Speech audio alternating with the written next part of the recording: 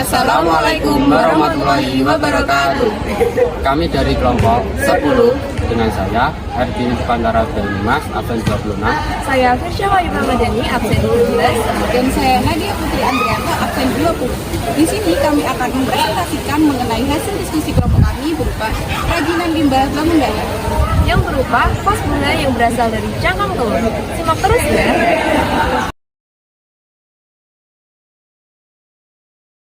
Pembahasan pertama yaitu mengenai latar belakang kerajinan dari bahan limbah bangun datar. Telur merupakan salah satu bahan makanan yang sudah akrab dengan masyarakat Indonesia. Telur berfungsi dalam aneka ragam pengolahan bahan makanan. Selain itu, telur termasuk bahan makanan sumber protein yang relatif murah dan mudah ditemukan. Hampir semua orang membutuhkan telur. Telur yang sudah diolah menjadi bahan makanan, cangkang atau kulit telurnya tentu sudah tidak terpakai lagi. Masyarakat umumnya membuang limbah cangkang kulit tersebut tanpa memanfaatkannya terlebih dahulu. Di Indonesia, produksi kulit telur akan terus melimpah selama telur diproduksi di bidang peternakan, serta digunakan di restoran, pabrik roti dan mie sebagai bahan baku pembuatan makanan. Pembahasan selanjutnya yaitu mengenai rumusan masalah dari pembuatan kerajinan vas bunga dari cangkang telur. Pertama, apakah cangkang telur bisa digunakan menjadi bahan dasar kerajinan? Kedua, mengapa memilih kerajinan vas bunga cangkang telur sebagai produk yang dihasilkan? Ketiga, bagaimana cara membuat kerajinan berbahan dasar cangkang telur? Keempat, apa sistem pemasaran yang dapat menarik konsumen untuk membeli kerajinan berbahan dasar cangkang telur? Dan yang terakhir adalah, apa saja keuntungan yang didapat masyarakat melalui kegiatan pengolahan limbah cangkang telur menjadi bahan kerajinan? Pembahasan selanjutnya yaitu mengenai tujuan dari pembuatan kerajinan vas bunga dari cangkang telur. Pertama, dapat mengetahui alasan memilih kerajinan vas bunga dari cangkang telur sebagai produk yang dihasilkan. Kedua, dapat menentukan cara membuat kerajinan vas bunga dari cangkang telur. Ketiga, dapat menentukan sistem pemasaran kerajinan vas bunga dari cangkang telur agar menarik minat konsumen. Dan yang terakhir adalah dapat mengetahui keuntungan yang didapat oleh masyarakat melalui kegiatan pengolahan limbah cangkang telur.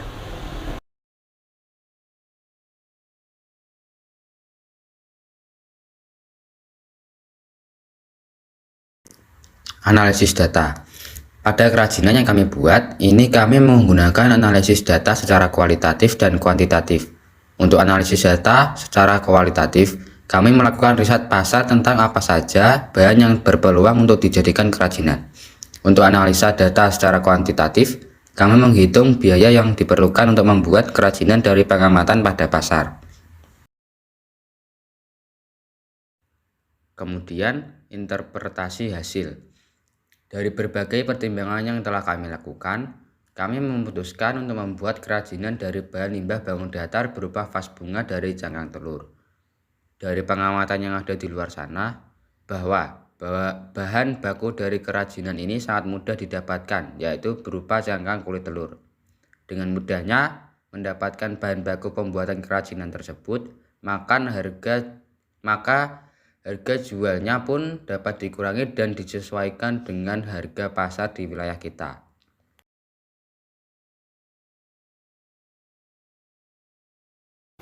Perencanaan usaha. Yang pertama yaitu ada riset pasar.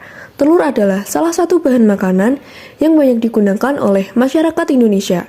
Dengan mudahnya mendapatkan telur, menjadikan banyaknya kerajinan berbahan dasar kulit telur. Kedua, hasil riset. Berbagai macam kerajinan dengan bahan dasar limbah pada umumnya memiliki harga yang relatif lebih mahal. Yang ketiga, pengembangan produk, yaitu bersaing dengan inovasi baru dengan menciptakan kerajinan bermotif dan berbentuk unik.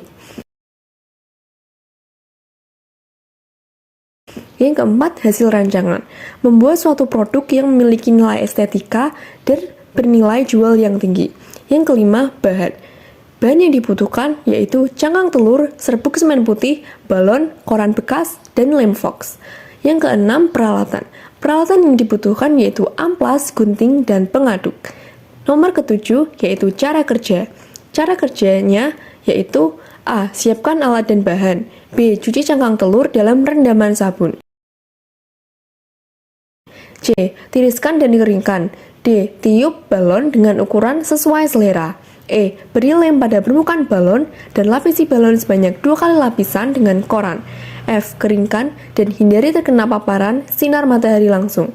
G. Setelah kering, letuskan balon, lalu gunting sisi bagian atas balon berbentuk lingkaran dengan ukuran sesuai selera.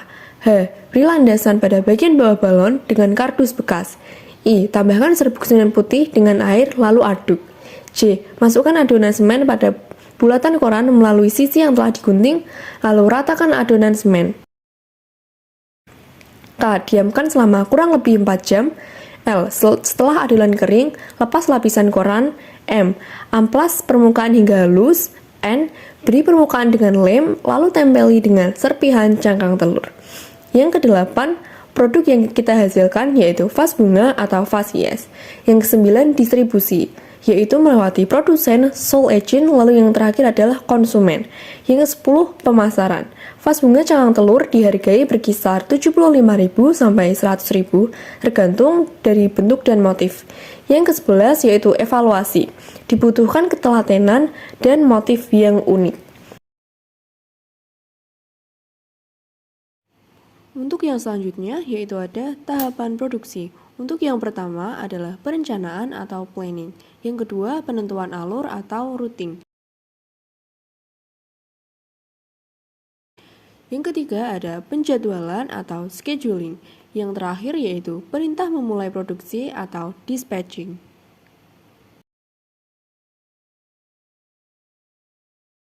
Analisa SWOT. Yang pertama ada strengths atau kelebihan. Kelebihan dari produk yang kita buat yaitu membantu mengurangi pencemaran, bahan mudah didapat, model terjangkau.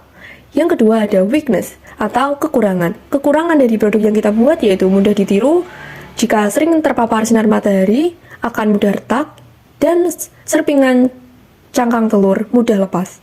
Yang ketiga ada opportunities atau peluang dari produk yang kita buat, yaitu mendapatkan dukungan pemerintah untuk mendaur ulang sampah.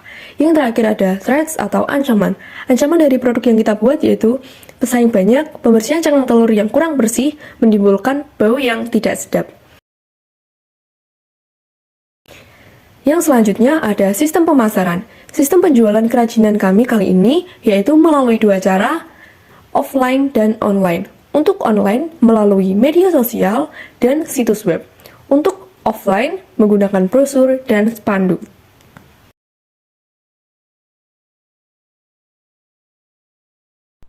Pembahasan selanjutnya yaitu mengenai break-even point. Kali ini yang akan kita bahas adalah mengenai BEP unit, yang mana merupakan penghitungan BEP yang dinyatakan dalam bentuk unit atau penjualan produk. Berikut cara menghitungnya. Sekian presentasi dari kelompok kami. Mohon maaf apabila ada kesalahan kata. Terima kasih. Wassalamualaikum warahmatullahi wabarakatuh.